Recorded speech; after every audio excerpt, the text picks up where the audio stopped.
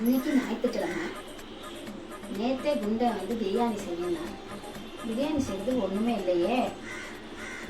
பத்தாவதுக்கு இந்த பெரியான் வேற தலைக்கறி செய்யுங்கிறான். பிரியாணி செய்யணுமா இல்லை தலைக்கறி செய்யறதா?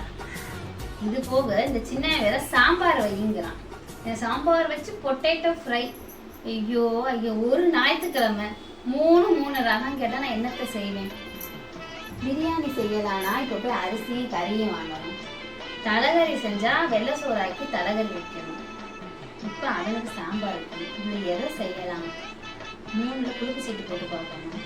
ஆனால் இந்த வீட்டில் நான் ஒருத்தர் இருக்கேனே, உனக்கு என்ன பிடிக்கும்? உனக்கு பிடிச்சது ஒரு நாளாக செஞ்சு கொடு, நான் சாப்பிட்றேன்னு சொல்கிறாங்களா? சொல்ல மாட்டாங்க. அதை மட்டும் சொல்ல மாட்டாங்க. இல்லை நீனே பாவமா 6 நாள் சமைக்கிற, ஒரு நாள் ரெஸ்ட் எடு, வெளில கூட்டு போய் சாப்பிட்றேன் சொல்லவும் மாட்டாங்க. இவ்வளவும் சொல்கிறேனே, நீ காதில் வாங்குறியா? உனக்கு என்ன வர வர எனக்கு பால் ஊற்றாதடி, பெடிகிரி போடு நீ சொல்கிற.